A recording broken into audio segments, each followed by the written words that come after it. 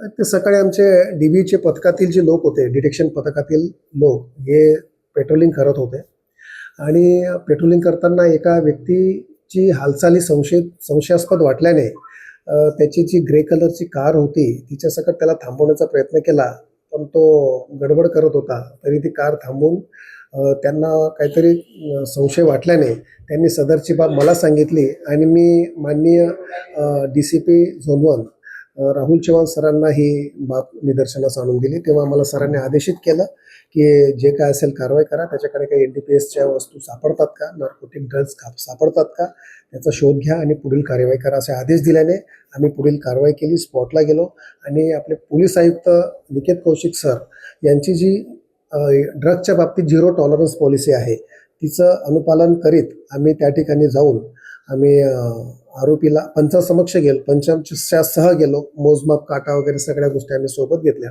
आणि त्या ठिकाणी जाऊन आम्ही आरोपीची झडती घेतली असता आम्हाला त्या ठिकाणी आरोपीकडे MD नावाचा NDPS ड्रग्ज मिळून आला आणि त्याला आम्ही ताब्यात घेतलं. त्याचे वाहन आम्ही ताब्यात घेतलेलं आहे आणि पुढील कार्यवाही मान्य वरिष्ठांच्या मार्गदर्शनाने आम्ही करीत आहोत.